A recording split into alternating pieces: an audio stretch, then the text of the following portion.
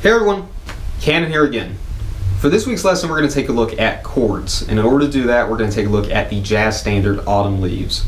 First, I'll show you a quick little arrangement I've put together for it, and then we'll break it down and look at how the chord progression works, how the voicings work, and explain some different ways you can approach it. We'll look at how the melody interacts and how you can use that to create your own melodies and improvisational ideas over progressions like this. Hope you enjoy.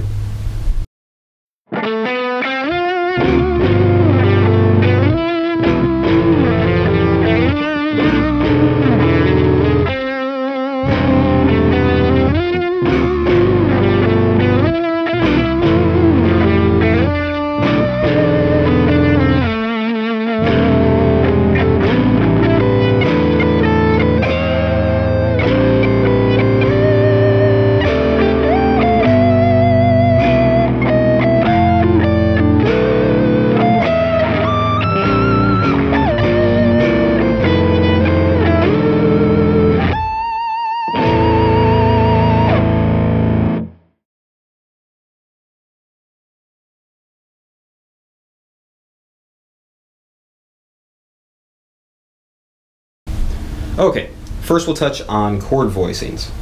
Now the first part of the progression goes from D minor 7 to G dominant 7,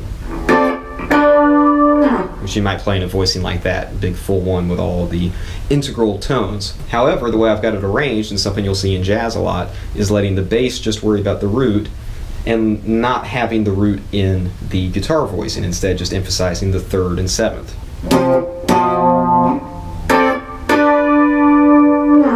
I'm not sure if you can hear the relationship there, but they are ultimately representing the same chords. You have the 7th, the minor 7th of the minor 7 D, and then the minor 3rd. And then with the G dominant 7, you have the major 3rd and the dominant 7.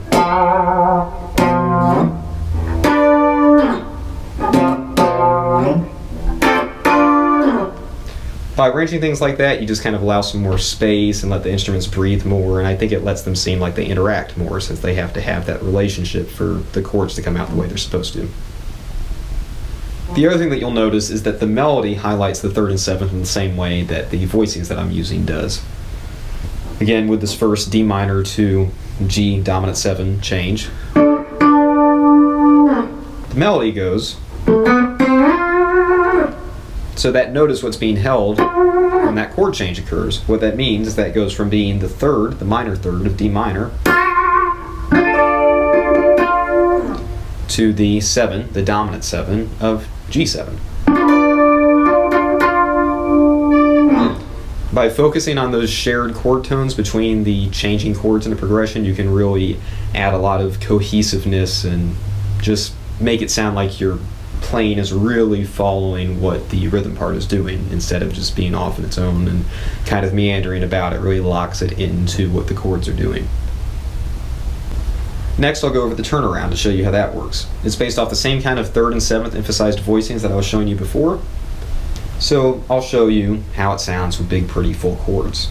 We have an A minor 7, a D7, a G minor 7, and a C7, and then an F7, and an E7, and then resolve to the A minor 7.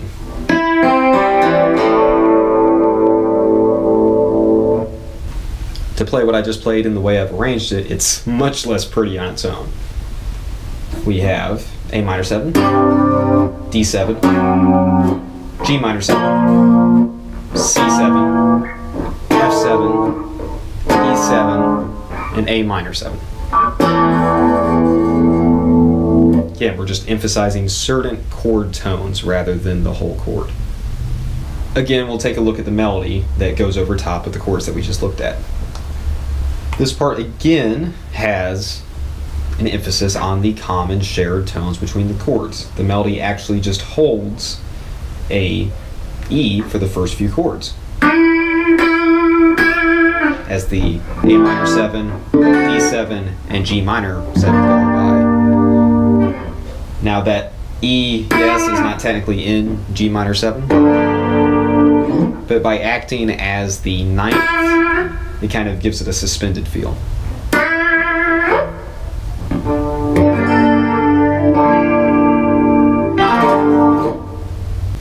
One of the neat things you might notice about this progression is that it moves in fifths, at least in the beginning. It goes from D to G, C to F, B to E, and then A. That kind of shared interval in the movement is one of the things that makes it such a nice, flowing, natural progression.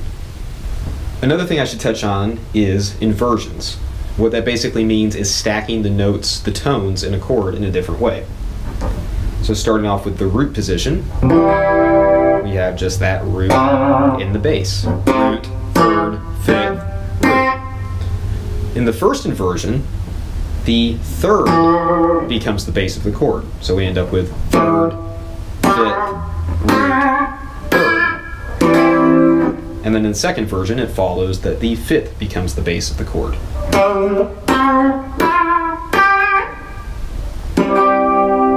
And then back to the root position.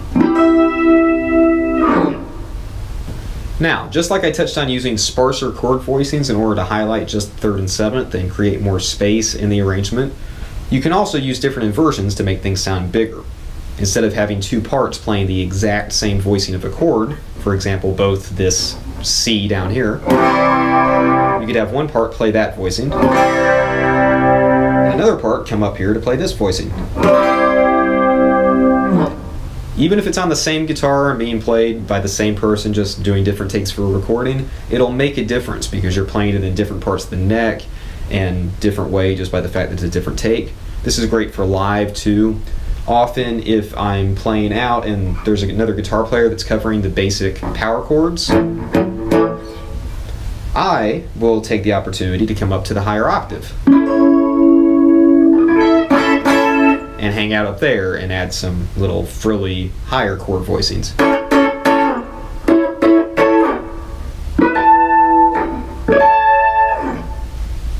All sorts of fun you can have while creating a more expansive sound with chord voicings like this.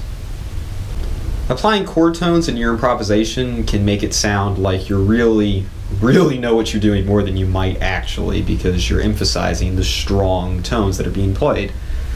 A good way to practice that is to just force yourself to only use chord tones. If it means that you have to play just quarter notes and can't improvise and can't do all the faster licks you might normally play, then so be it. Force yourself to just play chord tones and think intimately about the chord progression you're playing over.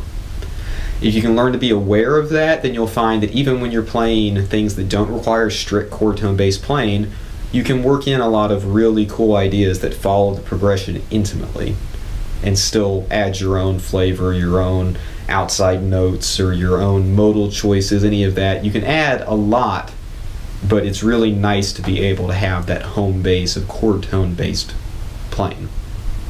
I'll do a quick improvisation over the beginning of the progression so you can hear how highlighting chord tones, like I was talking about, can give a very, very strong picture of the underlying progression, even without accompaniment.